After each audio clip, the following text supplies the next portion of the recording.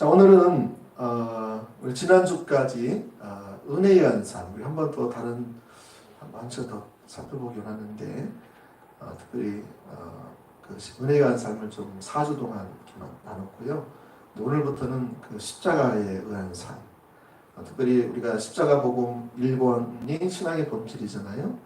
또 2권이 이 복음의 핵심, 복음의 능력이라고 소주제가 되어 있는데 이 두 개가 이렇게 융합되는 그런 그림을 좀 가지고 어떻게 내가 십자가의 복음과 이 신앙의 본질이 같이 이렇게 연결되어서 삶으로 살 수 있는가를 지금 우리가 말씀을 통해서 살펴보고 있습니다. 그러니까 약간 종합편이라고 할 수 있죠. 종합편. 십자가 복음 1, 2권을 종합한다.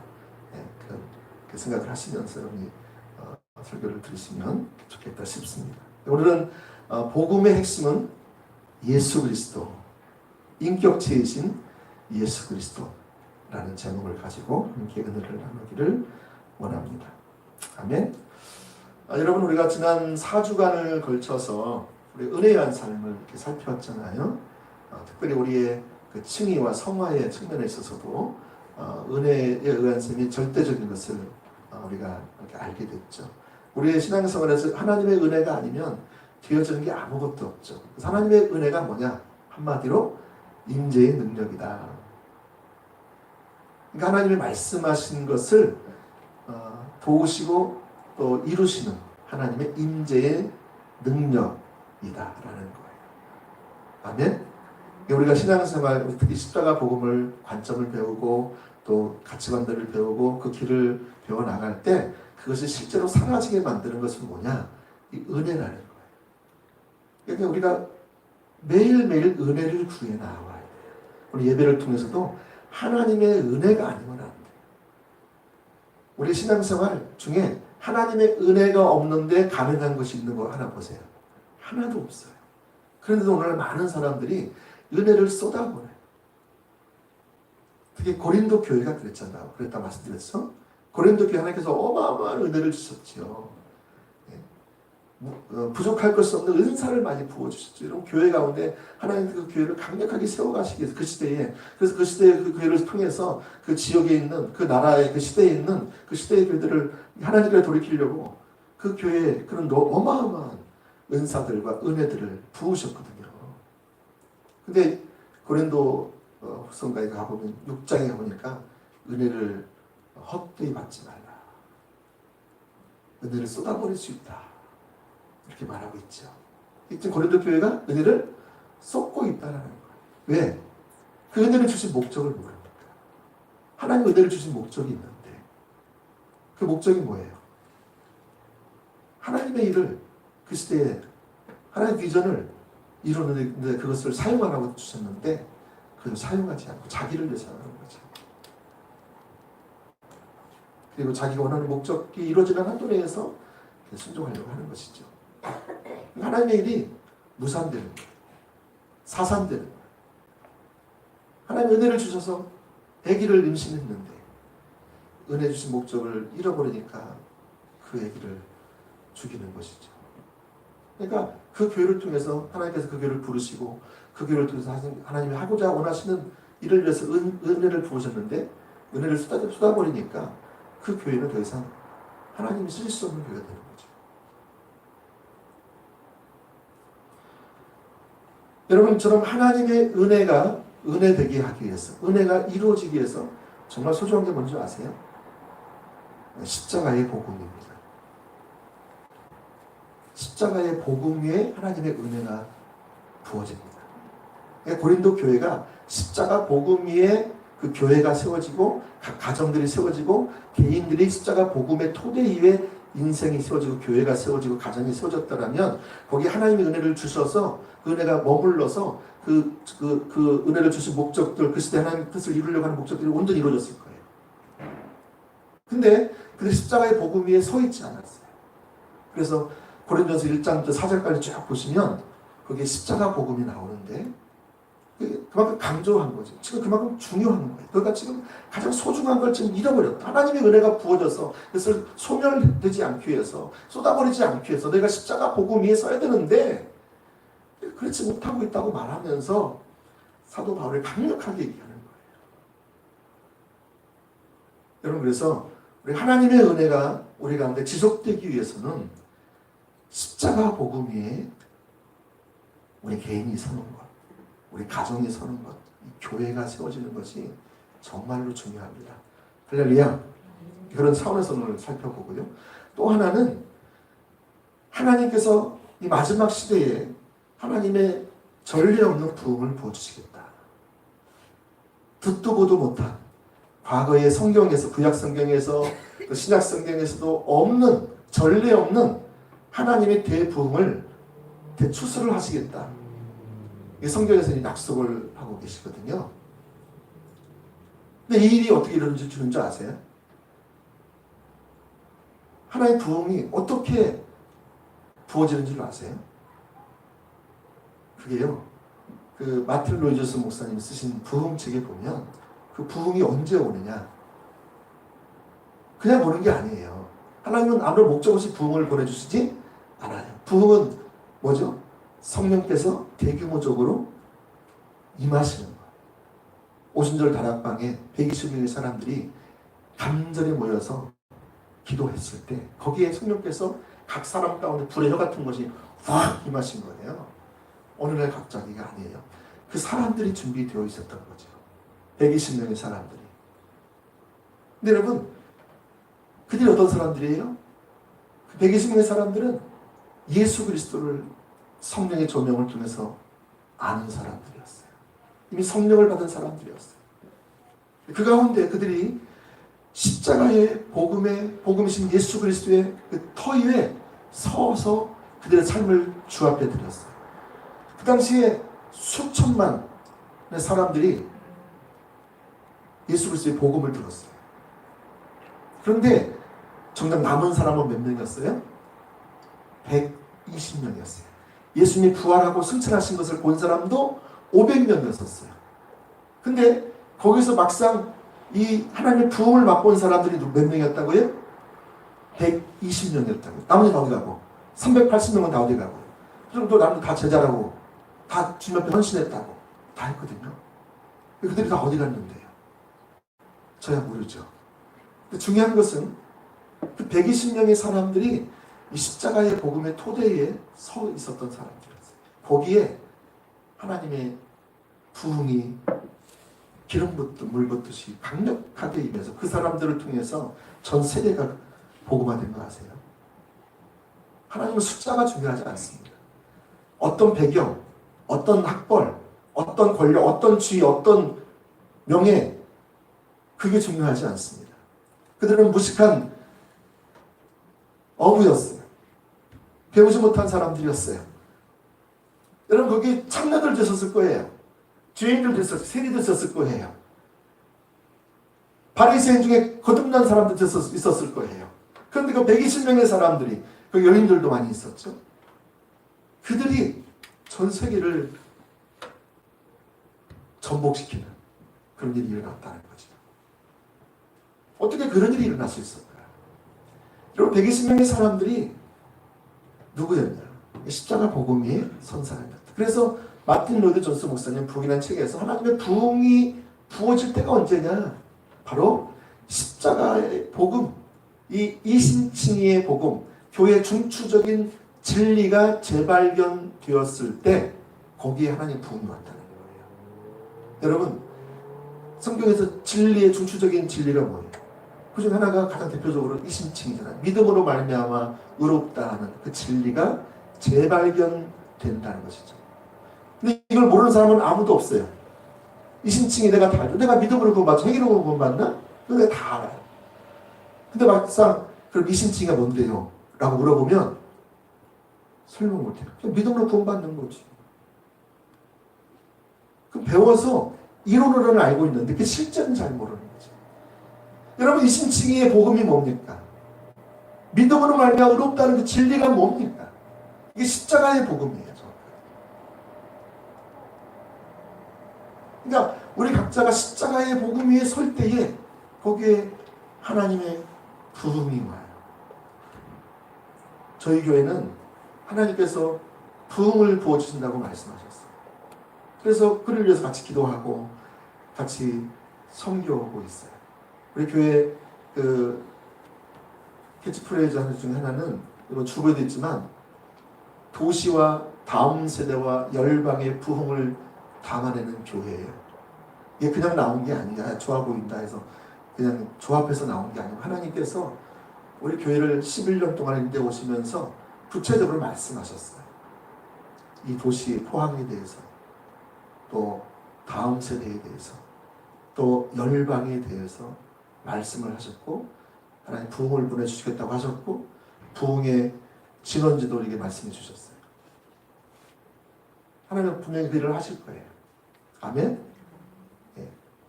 근데 중요한 것은 그것을 받은 것이 중요한 게 아니고 이 부흥은 어디에 오느냐 이거예요.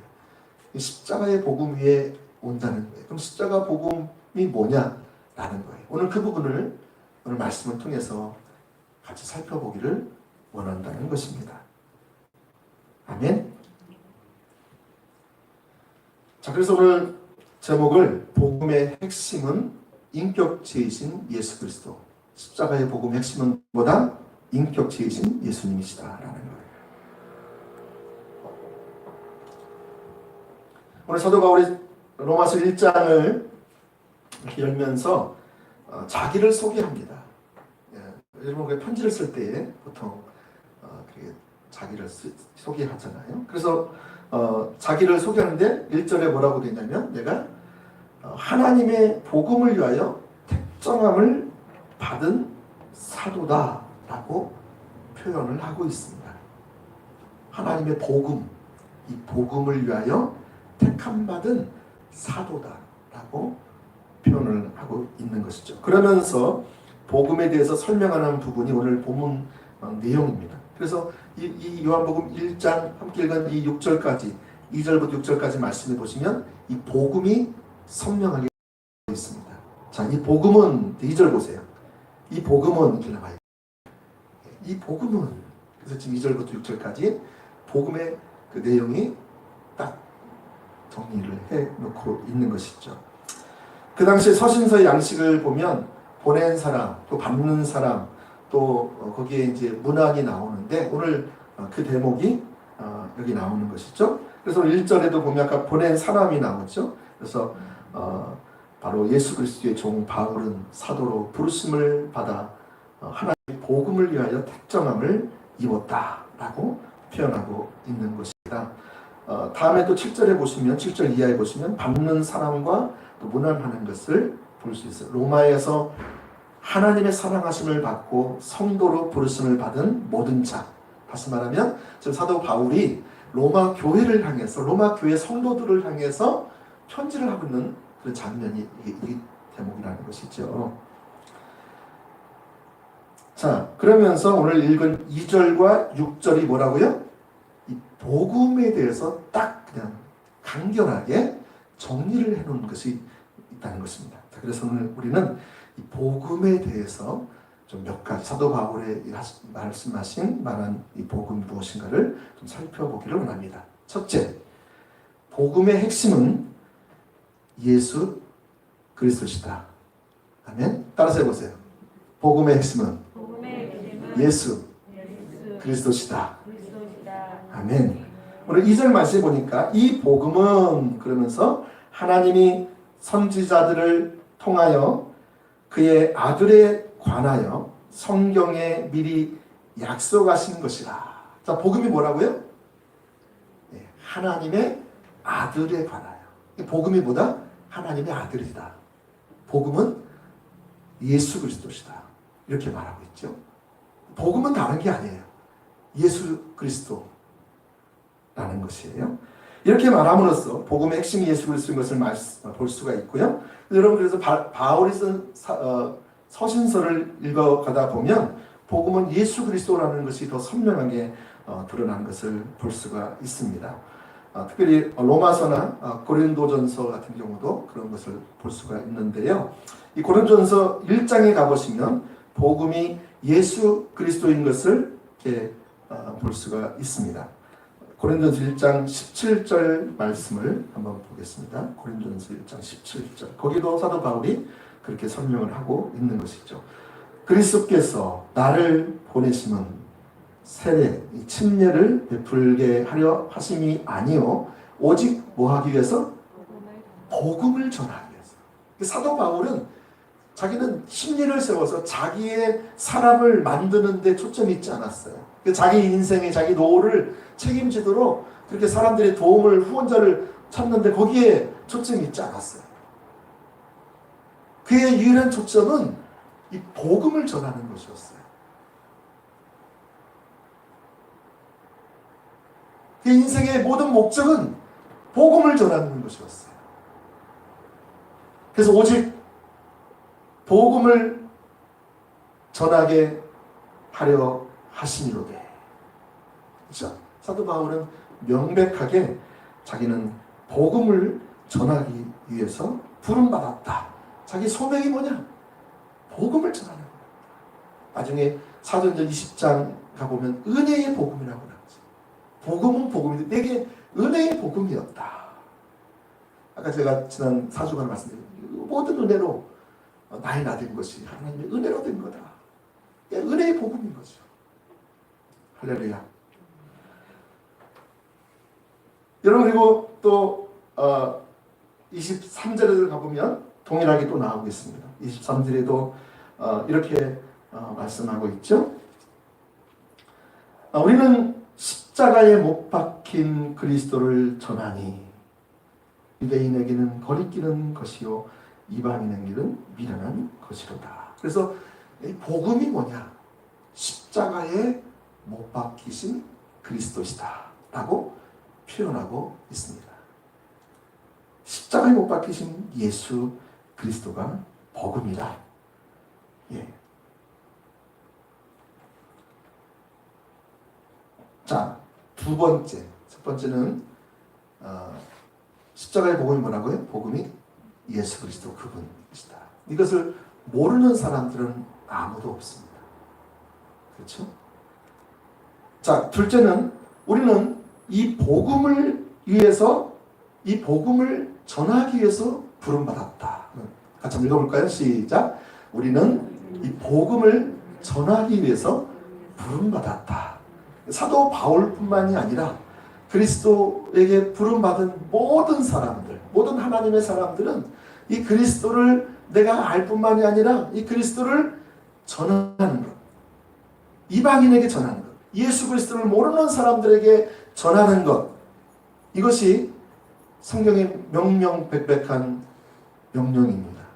그래서 여러분 복음서를 살펴보시면, 사복음서를 살펴보시면 내가 복음을 전한다라는 표현이 19번이 나옵니다. 특히 예수님께서도 이것을 말씀하셨어요. 예수님 이 땅에 오신 목적이 뭐냐? 복음을 전하려고 오셨어요.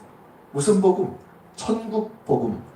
다시 말하면 하나님 나라의 복음을 전하려 오셨다. 이렇게 말씀하고 계세요.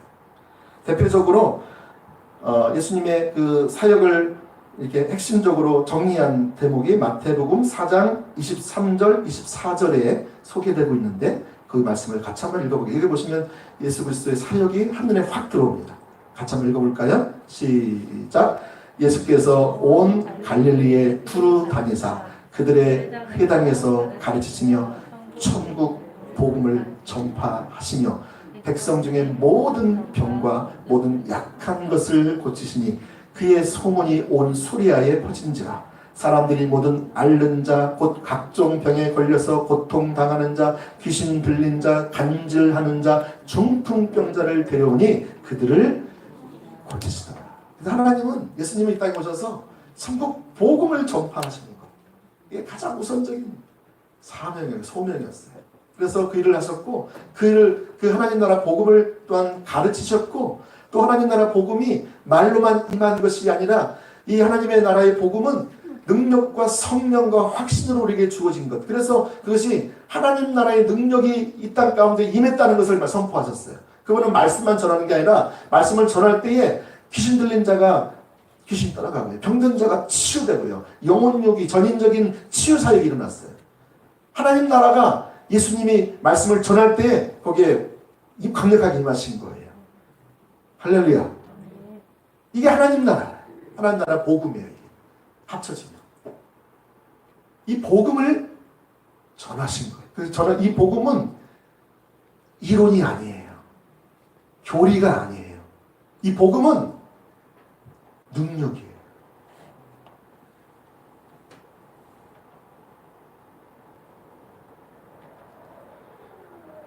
뿐만 아니라 그 예수님의 사역이 이제 사도들에게 전수가 됩니다.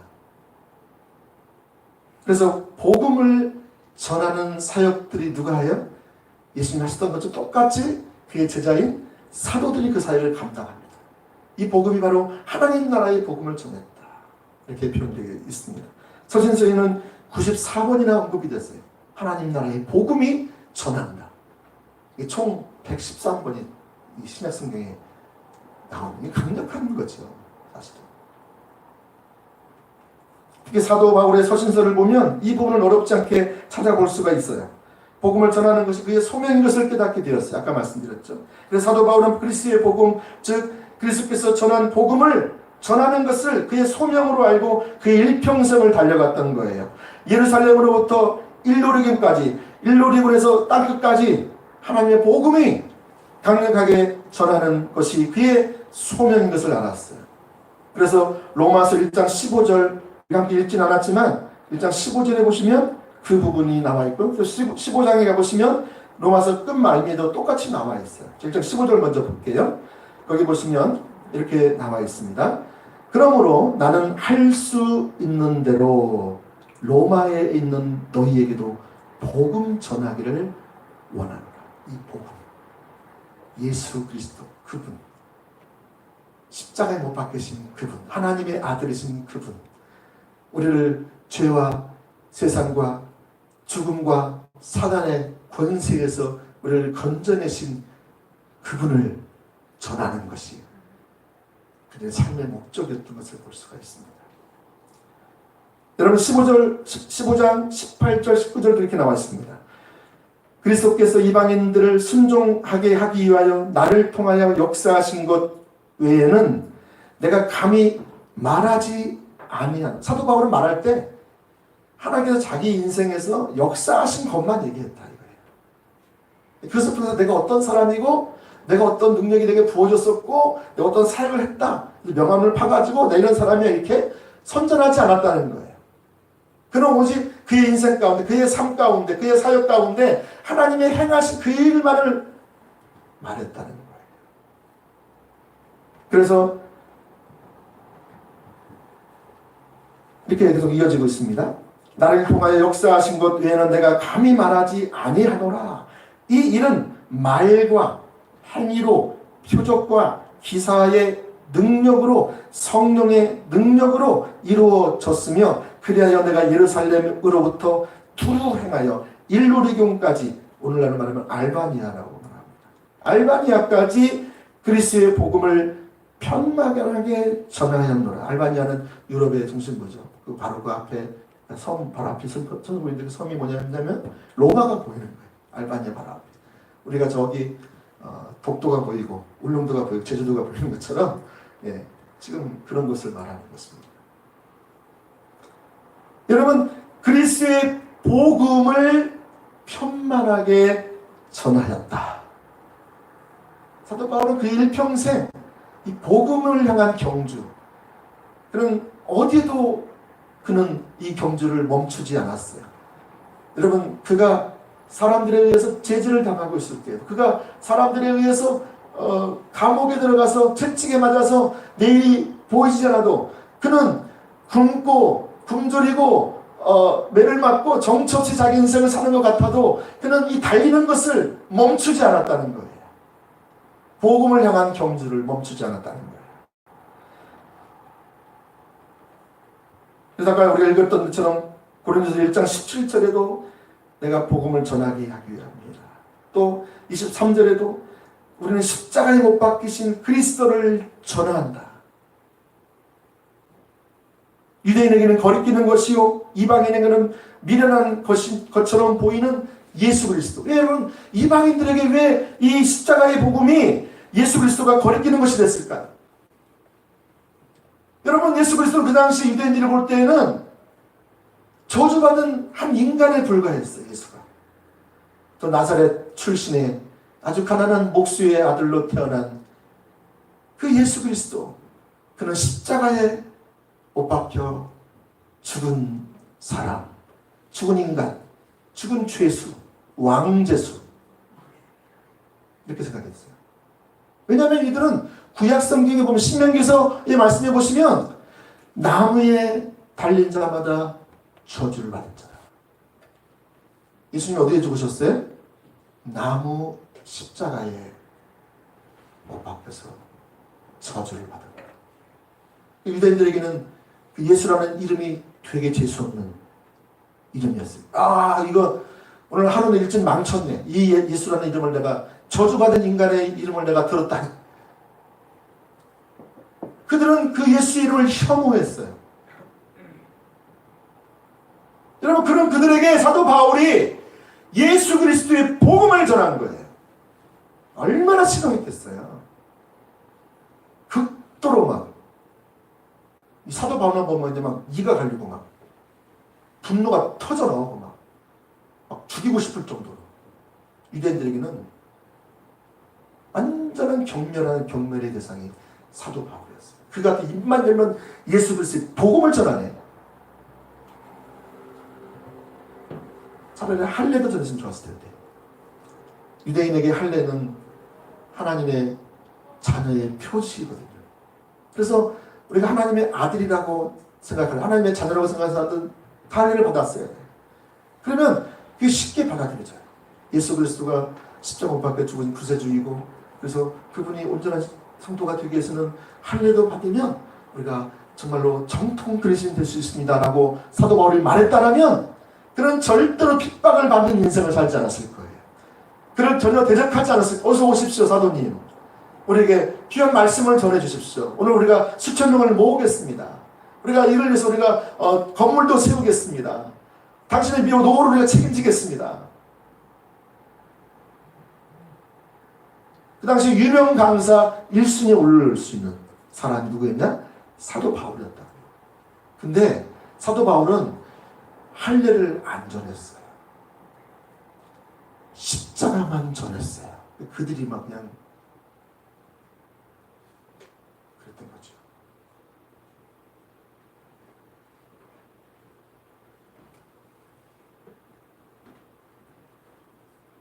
우리는 십자가에 못 박히신 그리스도를 전하니, 너희가 저주받은 인간이라고 생각하는, 왕죄수라고 생각하는 그 예수 그리스도가 너희의 죄를 위해서 십자가에서 너희 모든 죄를 짊어지시고 죽으시고 부활하시고 그 모든 죄를 용서하시고 너희를 하나님의 자녀가 되게 하셨다라는 놀라운 복음을 전했을 때, 그들은 귀를 막고 철을 죽이라고 돌을 던지고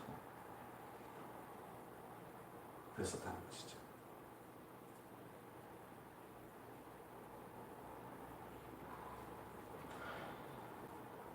여러분, 고린도전서 2장에도 가보면 사도 바울은 고린도 교회에 얘기를 하는 거죠. 형제들아, 내가 너에게 나아가 하나님의 증거를 전할 때, 이게 십자가의 복음이에요. 하나님의 증거가 십자가에 못 박히신 예수 그리스도, 모든 유대인들이 혐오하고 이방인들이 미라는 것이라고 말, 어떻게 예수 그리스도가 우리를 구원할 수 있어? 구원이 그렇게 쉽게 돼? 뭔가 대가가 지불되고 뭔가 한 게 있어야지. 평생 교회를 잘 나가고 교회를 위해서 열심히 헌신하고, 예? 뭔가 잘한 행동이 있어야 구원받는 거지. 무슨 예수 그리스도만을 믿는다고 구원을 받아? 에이, 우리는 철학자인데 그 이론은 하나도 들어보지도 못했던 아주 엉터리야 엉터리. 그래서 받아들이지 않았던 것이죠. 근데 여러분, 사도 바울은 형제들아, 내가 너에게 나아가 하나님의 증거를 전할 때에 말과 지혜의 아름다운 것을 아니했다. 사랑하는 여러분, 예수님이 전한 복음이 하나님 나라 복음이요, 사도들이 전한 복음은 하나님 나라의 왕 되신 예수 그리스도, 주 되신 예수 그리스도, 구세주 되신 예수 그리스도를 담대히 전했던 것이죠. 그랬을 때 그들의 영혼이 거듭나는 일이 일어나죠. 성령의 조명을 통해서 그들의 영혼이 완전히 바뀌어요. 자기 인생이 영원히 바뀌어요. 육신적으로 태어나서 살다가 육신적으로 죽을 수밖에 없는, 그래서 한 줌의 화장터에 한 줌의 죄로 남는, 그게 인생인데 이 예수 그리스도의 복음을 들음으로 말미암아 그 영혼이 거듭나서 그게 끝이 아니다는 거예요. 우리가 이 세상에 사는 것은 잠깐이요, 영원한 세계가 있다는 거예요. 사도 바울은 그 복음을 전한 거예요. 예수 그리스도를 믿으면 영생을 얻는다. 예수 그리스도를 믿으면 우리 인생이 완전히 바뀐다.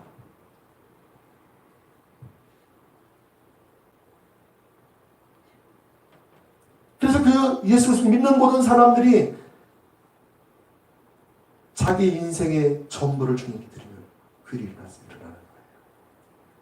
그게 아까 말씀드린 리더의 출발점은 예수 그리스도를 만났는가, 그리고 그분을 위해서 여러분 인생을 전폭적으로 드렸는가.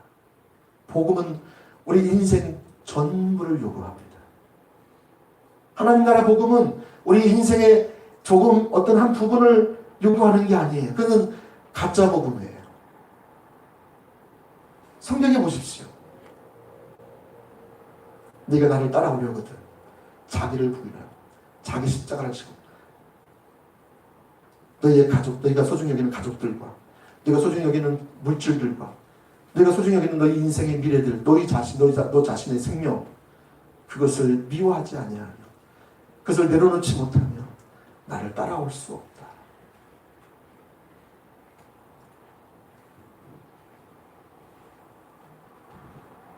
우리 삶 전체를 요구해요.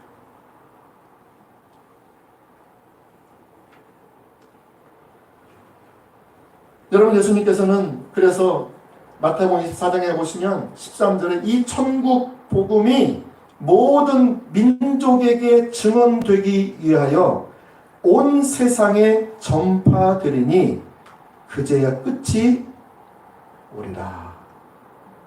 예수님 언제 오신다고요? 복음이 세상 끝까지 증거되었대. 이 복음이, 이 십자가에 못 박히신 예수 그리스도가 온전히 증거될 때에 끝이 온다. 누굴 통해서 증거되는데요? 바로 저와 여러분들을 통해서, 사도들, 그 제자들인 저와 여러분을 통해서 이제 복음이 증거되면 주님이 오신다는 거죠. 자, 세 번째, 이 복음에는, 십자가 복음에는 뭐가 있다? 놀라운 능력이 있다. 뭐가 있다고요? 놀라운 능력이 있다. 이 복음은 한 인생을 바꿀 뿐만이 아니라 한 사회를 바꿀 뿐 아니라 한 나라도 바꿀 만한, 한 시대를 바꿀 만한 능력이 있다라는 거예요. 한번 같이 읽어볼까요? 시작. 십자가 복음에는 놀라운 능력. 여러분이 의지하고, 여러분이 작정하고, 여러분이 결심하고, 여러분이 열심히 노력해서 능력을 맛볼 수 있는 게 아니에요. 십자가 복음 위에 설 때에 그 능력을 여러분이 맛보게 돼요. 아멘. 그래서 여러분, 로마서 1장 16절에 보면 이렇게 말씀하고 있습니다. 내가 복음을 부끄러워하지 아니하노니 이 복음은 모든 믿는 자에게 뭘 줘요? 구원을 주시는 하나님의 능력이 됨이라. 먼저는 유대인에게 또한 그리고 헬라인에게로다. 또 여러분, 고린도서 1장 18절 말씀에도 이 십자가의 복음, 십자가 못 박힌 예수 그리스도가 하나님의 능력이라고 말하고 있습니다. 십자가의 도가 멸망하는 자들에게는 미련한 것이요. 이게 아까 이방인들이 미련한 거라고 말했잖아요. 복음이. 그러나 구원을 받는 우리에게는 뭐가 된다고요? 하나님의 능력이라. 구원을 얻는 우리에게는 하나님의 능력이라. 여러분, 그리고 23절, 24절에도 이렇게 나와 있습니다. 우리는 십자가에 못 박히신 그리스도를 전하니, 23절, 24절에 전하니 유대인에게는 거리기 한 것이요 이방인에게는 미련한 것이로되 오직 부르심을 받은 자들에게는 유대인이나 헬라인이나 그리스도는 하나님의 능력이요 하나님의 지혜니라. 그래서 유대인 중에서도 이방인 중에서도 이 복음을 듣고 성령께서 그 복음이 들려오고 깨달아지고, 야, 예수 그리스도 나를 위해서 십자가에서 내 모든 죄를 죽으셨고 부활하셨구나, 이거를 깨달아지고 알고 믿어지는 그 사람에게는 구원을 주시는 하나님의 능력이 된다는 거예요. 아멘? 저와 여러분이 여기 있는 것은 이 십자가의 복음의 능력으로 여기 와 있는 줄 믿으시기 바랍니다. 할렐루야. 하나님께 영광 받도록 하겠습니다. 아멘. 감사합니다. 여러분, 이 그리스도는 하나님의 능력이요 하나님의 지혜니라. 이 복음의 놀라운 이력은 단순히 여러분 구원을 주는 데만 있지 않습니다. 어떤 사람들은 십자가의 복음을 이 구원을 받는 그것만 생각을 해요. 물론 우리는 구원을 하나님의 그 십자가의 복음의 능력으로 구원을 받았습니다. 근데 거기서 끝나는 게 아니고 그게 출발입니다. 십자가의 복음의 능력은 여러분 우리의 구원뿐만이 아니라 죄와 세상과 사망과 사단을 이기는 능력을 주십니다. 아멘. 아멘. 죄와 세상과 사망과 사단을 이기는 능력을 주세요. 십자가의 복음이 선포될 때에 귀신들이 떠나가고 모든 죄책감의 역사가 떠나가고 세상의 권세들, 세상의 유혹들, 세상의 미련한 것들이 우리를 어떻게든 잡아쳐서 우리를 넘어뜨리려고 하는데, 또 사망 권세, 죽음의 그 공포가 우리를 하나님부터 떠나지게 만들려고 하는데, 여러분 복음이 선포될 때마다 이 공포가 사라지는 거예요. 이 죄책감, 죄의 형벌의 그 진노, 하나님의 진노가 사라지는 거예요. 죄의 지배에서 은혜의 지배로 우리를 옮겨지게 만드는 거예요. 여러분, 이 세상에 나를 너무너무 이 쾌락과 유혹과 이 재미가 나를 어떻게 못해. 그래서 사도 바울이 했던 것처럼 뭐라고 그러고요. 이 사망의 몸에서 너가 나를 건져내려. 내가 마음으로는 하나님을 원하지만 내 속에서는 죄가 나를 이긴다. 내가 미치겠다. 이 사망의 몸에서 누가 나를 건져내랴. 그러면서 여러분 로마서 7장 25절에 보면 감사하리로다. 우리 예수 그리스도께서 하신 일이 너무 감사하다. 그렇게 말하고 있는 것이죠. 사랑하는 여러분, 이 십자가의 복음의 능력에는 원수를 사랑하는 능력도 우리에게 주십니다. 우리가 살다 보면 원수를 짓는 사람들이 많이 있어요. 내가 저 사람은 상종하네. 저런 인간이 있어. 내가 안 보면 되지. 마음을 쾅 닫아버려요. 예수 믿으니까 죄책감이 생기니까 인사는 해. 근데 마음은 절대 열지 않아. 냉소적인 자세와 태도를 가져. 그 사람과 함께 있는 것 자체가 내게 너무 힘들어. 같이 숨쉬고 있는 공간이 너무 힘들어. 저 인간하고 좀 안 만났으면 좋겠어. 또 만나. 또 여러분, 원수를 어떻게 내가 이길 수가 있어요? 우리 못 이겨요. 여러분, 어디에 뭘 통해서 이길 수 있다고요? 십자가의 복음에는 원수를 이기는 능력이 있습니다. 사도 바울은 자기가 개척한 고린도 교회가 자기가 그들을 위해서 자기 인생을 다 드렸어요. 그 교회 한 사람 한 사람을 그리스도의 제자로 세우기 위해서, 하나님의 사람으로 세우기 위해서 그의 모든 것을 다 던졌는데 그를 쫓아내요. 그런데 여러분, 사도 바울은 그들을 향해서 이를 갈면서 너 두고 보자. 하나님이 가만히 있을 것 같으냐. 그렇게 복수의 칼날을 갈지 않았어요. 그는 고린도 교회를 향해서 중심에서부터 진실함과 거룩함으로 대했어요. 그게 고린도후서 1장에 나와 있어요. 어떻게 그게 가능하냐.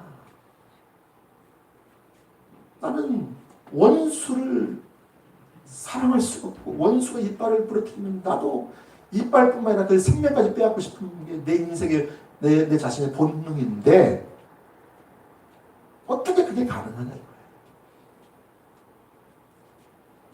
복음의 능력이에요. 복음의 능력이에요. 사랑하는 여러분, 이 복음은 우리의 삶 전체를 바꿀 수 있는, 우리가 살고 있는 이 시대를, 이 사회를, 이 도시를, 우리가 머물고 있는 직장을, 캠퍼스를, 내가 만나는 사람들을 변화시킬 수 있는 능력이 있는 거예요. 그래서 여러분, 이 복음 앞에 사람들을 초청하는 거예요. 내게 능력이 없는데 예수님이 능력이야. 그러니까 다음 주에 추수감사주일이에요. 하나님께서 그 남자들을 데려오래요. 하나님이 하시겠대요. 저희는 선물도 준비하려고요. 여러분 데려오세요. 기도하시면서 같이 오셔서 복음을 듣자고 말씀해 주세요. 하나님 가십니다. 사랑하는 여러분, 사도행전 19장에 가보시면 사도 바울이 에베소 교회에 복음을 전합니다. 근데 여러분, 에베소 교회 복음이 폭탄이 떨어졌을 때 그 폭탄이 에베소 교회 전체를 다 파괴해버리게 하세요. 그 도시의 영원한 운명이 바뀌어버렸어요. 저는 우상의 도시, 인간의 철학의 도시, 문명의 도시, 인간의 최고의 것들이 융합되어 있는 그런 도시였는데 거기에 복음 위에 폭탄이 터지니까 그 도시가 완전히 바뀌어요. 그래서 복음이 선포될 때 우상 숭배했던 많은 사람들이 우상을 버리고 우상을 태워버리고 우상을 깨트려버리는 거예요. 복음을 그들이 전해드렸을 때에 그 사람 우상에게 드렸던 것들을 많이 있죠. 그중에서 실도 그런 것들을 이제 다 안 사버리는 거예요. 그러니까 그 주변에 있는 상가들이 여러분 그 우상 신전 옆에 가면요 상가들이 쭉 있잖아요. 근데 그게 다 망해버린 거예요. 왜 이걸 안 사가는 거야? 코로나 때문이야. 코로나가 아니었어요. 그는 복음의 능력이었어요. 복음의 폭탄이 거기에 터지니까 사람들의 인생이 바뀌어버리는 거예요. 도시 운명이 완전히 바뀌어버렸어요. 복음에는 그런 능력이 있다니까요.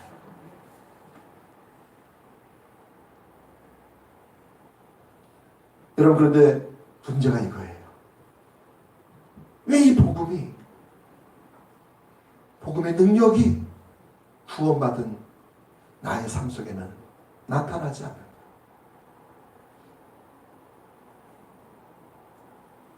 내가 구원받은 게 확실한 것 같은데 왜 나의 삶 속에서는, 내 가정에서는, 왜 내가 살고 있는 지역에서는, 내가 속해 있는 학교에서나 동아리나 또 직장에서는 왜 이런 복음의 이력이 나타나지 않나 이거예요. 복음이 틀렸을까요? 사도 바울이 전한 복음과 예수님이 전한 복음과 우리가 듣는 복음이 틀려서 그럴까요? 복음이 틀리지 않았습니다. 그럼 뭐가 틀렸을까요? 우리가 복음을 모르거나 우리가 복음을 알되 복음을 잘못 알 경우에 복음이 능력이 나타나지 않을 수 있습니다. 사랑하는 여러분, 우리가 예수 믿은 지가 오래되어서 여러 직분을 받고 교회에서 섬겨왔어요. 그런데 우리의 삶 속에, 우리의 생각 속에, 우리의 마음 속에, 마음 깊은 곳에 세상 사람과 전혀 다를 바 없는 것들이 너무너무 많은 거 아세요? 우리의 생각들, 우리의 가치관들, 우리의 세상을 사랑하는 것들, 탐심의 문제, 서로 미워하고 용서하지 않는 것, 당짓는 것, 후욕하는 것, 판단하는 것, 우리 가운데 있는 수많은 윤리적인 죄들, 사기치는 것, 시기하는 것, 질투하는 것, 도둑질하는 것, 남의 등쳐먹는 것, 여러분 이런 모든 것들이 우리 안에 가득한 거 아세요? 우리 지금 다른 사람이 문제가 아니고 다른 도시가 문제가 아니고 지금 내가 문제예요. 지금 내 안의 죄도 전혀 처리되지가 않는 상황 가운데 있는 거죠. 그러니까 이 딜레마에 빠져 있는 거예요. 나 같은 것이 무슨 교회 목사고 집사고 내가 장로고 그러냐. 누가 그거 한번 딱 이렇게 딱 해버리면 되게 자녀들에게 얘기도 많이 하잖아요. 그러면 뭐예요? 그게 또 맞아. 그죠? 또 틀린 거 있다는 거 아니야. 그러니까 거기 또 동의해. 그냥 주저앉아버려, 그래서. 낙심해버려. 그래, 내가 뭘 할 수 있겠어? 맞지. 여러분, 거기 속지 마세요. 그게 맞지만, 그렇기 때문에 그런 나를 위해서 예수님 오셨잖아요.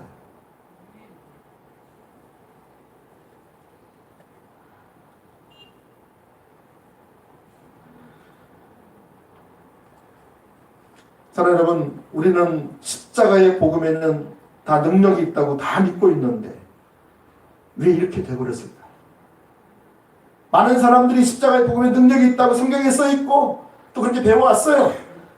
근데 왜 능력이 없을까? 능력이 있는데 구원받을 때만 능력이 있는 것 같아. 나머지는 모르겠어. 사랑하는 여러분, 이 복음에는요, 우리 영혼을 구원하는 뿐만이 아니라 이 도시 전체를 바꿀 뿐만이 아니라 이 세대를 바꿀 수 있는 능력이 있다고요. 문화 전체를 구속할 수 있는 능력이 있다고요. 이 복음에는. 그래서 교회 믿는 사람들만 구원받는 게 아니라 믿지 않는 사람들도 구원을 받고요.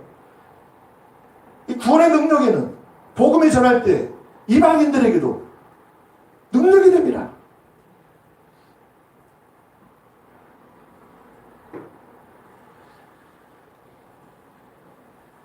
뭐가 문제일까요? 여러분, 네 번째 그 해답을 말씀드리겠습니다. 자, 네 번째 볼까요? 읽어볼까요? 시작. 십자가 복음의 능력이 쏟아질 수 있다. 그래, 이것 때문이에요. 이 십자가의 복음에 놀라운 능력이 있는데 이 복음이 쏟아질 수 있다는 거예요. 이 복음이 소멸될 수 있다는 거예요. 이 복음의 능력이 사라질 수 있다는 거예요. 자, 이게 어디 나와 있어요? 우리가 함께 읽었던 고린도서 1장 17절 말씀을 다시 한번 볼까요? 같이 읽어보죠. 시작. 그리스도께서 나를 보내시면 침례를 베풀게 하려 하심이 아니요 오직 복음을 전하게 하려 하심이로되 말의 지혜로 하지 아니하면 그리스도의 십자가가 헛되지 않게 하려 합니다. 여기 보시면 그리스도의 십자가의 능력이 헛될 수 있다는 거예요. 사도 바울도 그걸 경험했어요. 사도 바울도 복음 안에는 어마어마한 능력이 있는 걸 알았는데 그의 사역을 통해서 삶을 통해서 야 복음이 쏟아져 버릴 수도 있네 이걸 경험한 거예요. 그래서 이걸 쓰는 거잖아요. 그래서 십자가가 헛될 수 있다라고. 이것이 우리 한글 성경에 잘 표현이 잘 안 되어 있는데 영어 NIV 성경 보시면 복음에서 그 능력이 쏟아져 버리지 않기 위해서라고 되어 있어요. 복음의 능력이 쏟아버리지 않기 위해서. 여러분, 그래서 이 구절을 보면 복음이 헛될 수 있는데 다른 말로 하면 복음이 쏟아질 수 있어요. 네? 사도 바울은 그것을 경험했어요. 어떻게 경험했어요? 그가 아테네에 가서 경험했던 거예요. 아까 우리가 사도행전 19장 에베소 도시 가기 전에 아테네를 그려 가곤 합니다. 아테네 복음을 전합니다. 그 아테네도 철학의 도시잖아요. 거기 가서 복음을 전하는데 그 복음을 어떻게 전했어요? 철학적으로, 운전적으로, 설득력 있게 사람들이 이해할 수 있게 논리적으로 복음을 전한 거예요. 근데 회심자가 거의 안 나타난 거 아세요? 충격을 받았어요. 사도 바울이 충격을 받았어요. 어떻게 이럴 수가 있지? 그래서 비밀을 깨달은 거예요. 가만히 자기 사회를 돌아보니까 왜 하나님이 전에는 복음의 능력이 나타나서 영혼이 구원받고 하나님의 나라가 임하고 하나님 뜻이 이루어져서 교회가 세워지고 이 지역이 변하고 마을이 변하고 도시가 변해가는 그 놀라운 일이 있는데 왜 아테네에서 이런 일이 일어나지 않았지? 궁금해서 생각한 거예요. 하하, 그것 때문이었구나. 깨달았어요. 그게 뭔지 아세요? 17절 다시 보세요. 자, 복음을 전하게 하려 하심이로되 뭐래 했다? 말의 지혜로 해버렸더니 그리스도의 십자가의 능력이 쏟아져 버렸다라는 거예요. 말의 지혜가 문제예요. 복음을 전하긴 잘 전했는데 사람들이 들을 수 있을 만한 감동을 주고 설득력 있게, 야 그래 내가 죄인이야, 내가 주님 앞에 내가 다르게 살아야지, 하나님이 내 인생의 주권자이시 주인이시지, 이것을 말의 지혜로 전했다는 거예요. 성령이 역사하지 않은 거죠. 능력이 안 나타나요. 능력이 완전히 쏟아져 버려요. 이 컵에 지금 물이 가득한데 컵은 있는데 이 안에 이 능력인 이 물은 다 쏟아져 버린 거예요. 이게 뭐 때문에 그래요? 말의 지혜로 살면 그렇다는 거예요. 여러분이 전한 복음이 말의 지혜면 그는 내 자신도 변화 못 시키고 듣는 다른 사람도 절대로 변화 못 시킨다는 거예요. 사도 바울은 이걸 깨달았어요. 그래서 고린도후서 2장 1절에도 가보면 이렇게 말하고 있죠.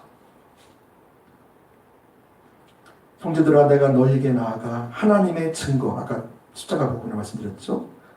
증거를 전할 때에 말과 지혜의 아름다운 것으로 하지 아니했다. 지금 또 나오죠.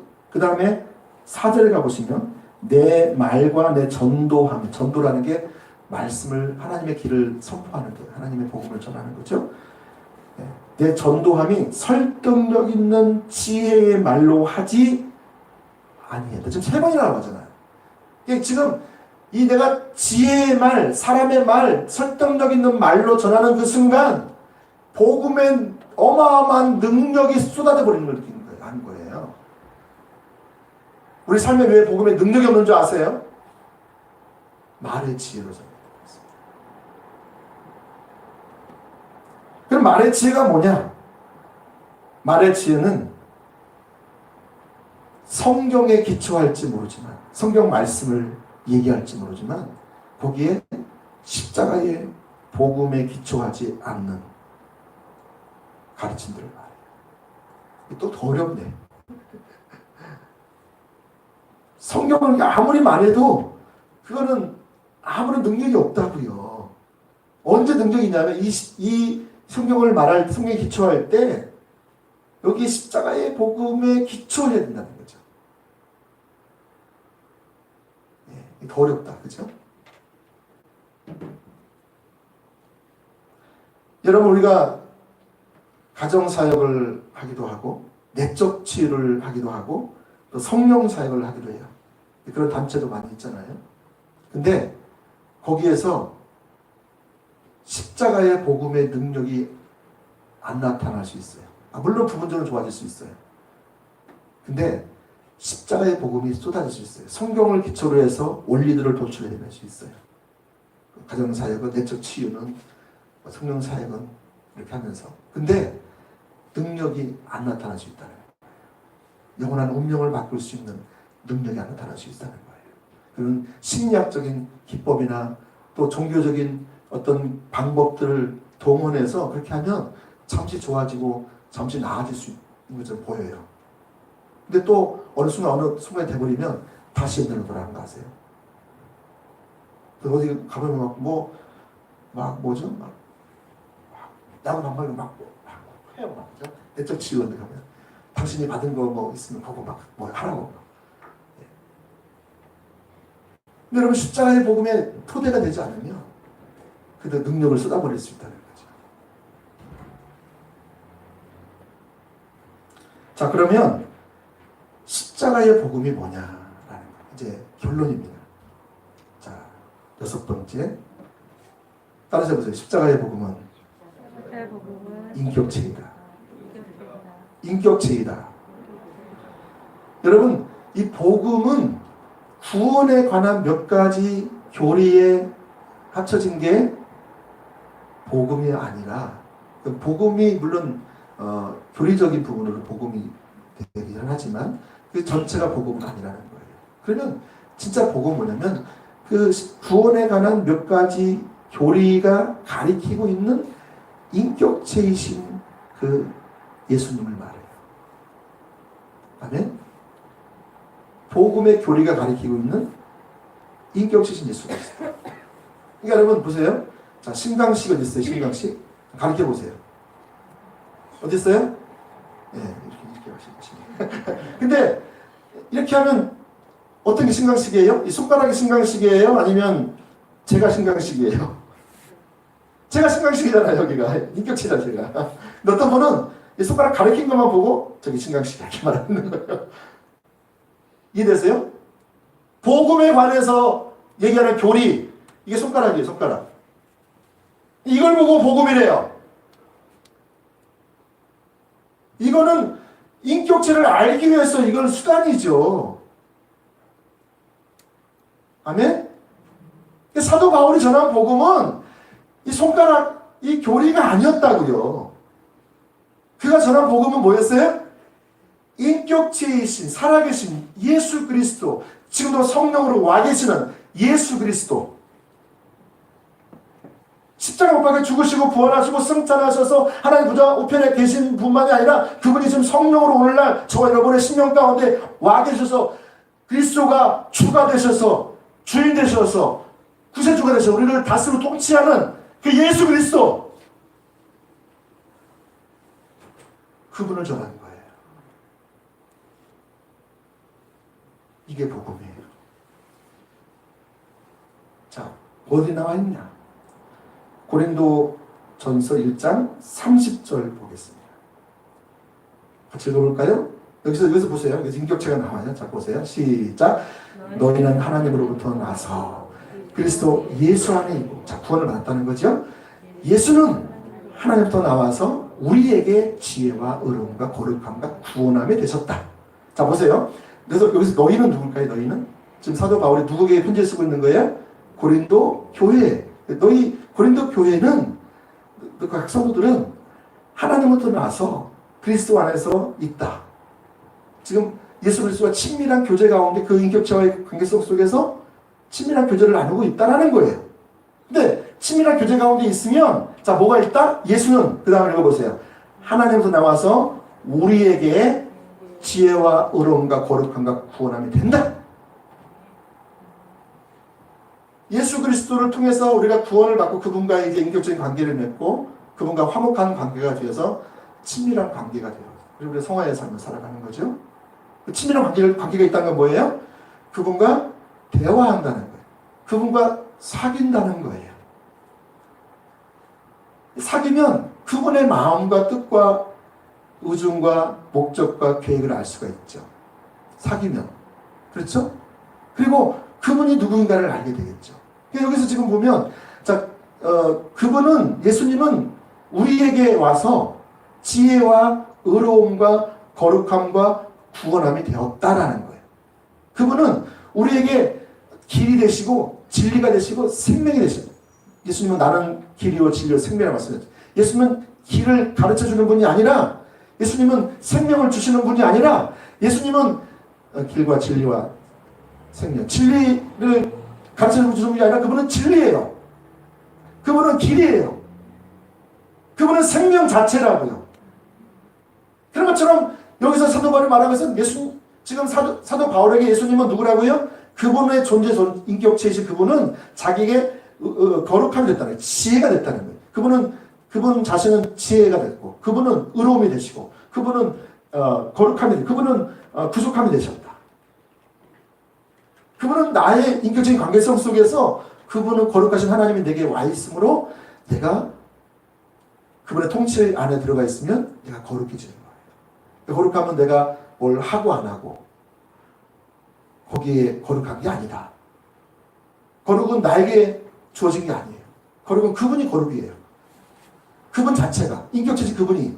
그분이 나와 관계를 맺고 있고 내가 그분의 통치 안에 들어가 있고 내 생각을 내리고 내 삶을 내리고 그분의 통치 안에 내가 들어가 있으면 그분이 내게 오셔서 그분을 나타내요. 거룩한 자신을. 그러면 내가 거룩해지는 거예요. 내가 내 생각들이 그분이 와 계시면 내가 좀 부정한 생각들, 악한 생각들, 하나님 뜻에 맞지 않는 걸 하면 어떻게 그분이 성령을 통해서 닦게 해주세요. 어떤 행동을 했는데 그게 그분이 와 계시기 때문에 양심에 거리끼는 마음을 주세요. 야, 너 그렇게 한 거 너 아니야. 여러분, 그분이 와 계신 거예요. 그래서 내가 그분 때문에 그분의 말씀 앞에 순종해서 살게 되면 내가 거룩해지는 거예요. 아멘? 이걸 말하는 거예요. 여러분, 사도 바울에게 예수님은 인격체이신 그분 자신이었어요. 그래서 이제 마지막 하나 더 하면 7번째. 자, 같이 읽어볼까요? 시작.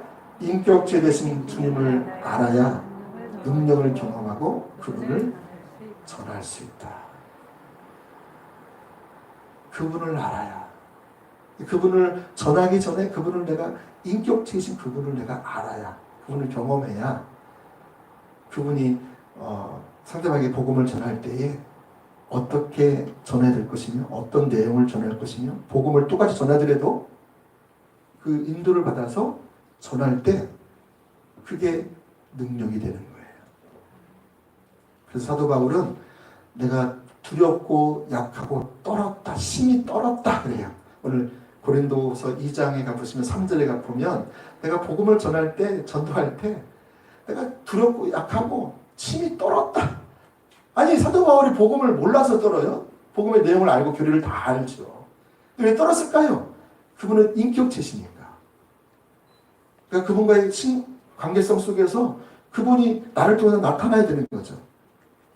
그러려면 그분이 오늘 시간 내가 뭘 하기 원하시는지, 어떤 내용을, 어떤 방법으로 전하기 원하시는지를 내가 듣고 해야 되잖아요. 그러니까 그분과 내가 살아있는 생생한 관계가 안 되면 그게 내 말이 나가는 거죠. 그러면 그리스도가 또 능력이 쏟아져 버리죠. 성령이 또 안 나타나죠. 그러니까 성도들이 뭐 말씀을 들을 때도 인간적인 생각으로 듣는 거죠. 변화가 안 되는 거예요. 이걸 알기 때문에 지금 고린도서 2장 그 3절, 4절 아까 보실까요? 자, 내가 너희 가운데 거할 때 약하고 두려워하고 심히 떨었노라. 또 4절에 가보시면 이렇게 나와 있죠. 내 말과 내 전도함이 설득력 있는 지혜의 말로 하지 아니하고 다만 성령의 나타나심과 능력으로 하여 너희 믿음이 사람의 지혜에 있지 않느냐고 다만 하나님의 능력에 있게 하려 하였습니다. 이게 사도 바울이 전하는 복음이었어요. 여러분이 인격체신 예수 그리스도를 실제로 알고 그 여러분의 삶을 살게 되면 우리 가운데 여러분 놀라운 십자가의 능력이 나타날 거예요. 음부의 권세가 이기지 못하는 일이 일어날 겁니다. 하나님의 부흥을 예비하는 그 길에 설 수가 있습니다. 아멘. 저 여러분을 뵐 수 있기를 예수님 축복합니다. 기도드리겠습니다.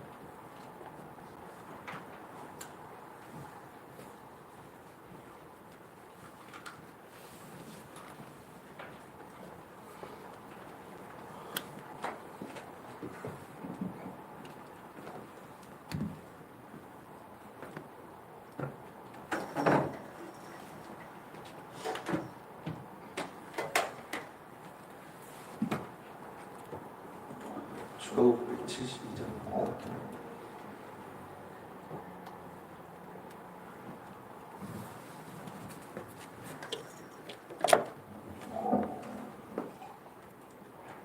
괜찮으시면 잠깐 자리 좀 깨어나셔서 복음이신 예수 그리스도 그분을 바라보시고 성령께서 지금 오셔서 내가 그분으로 알 수 있는 은혜를 보달라고 그 마음을 담아서 찬양하면 좋겠습니다.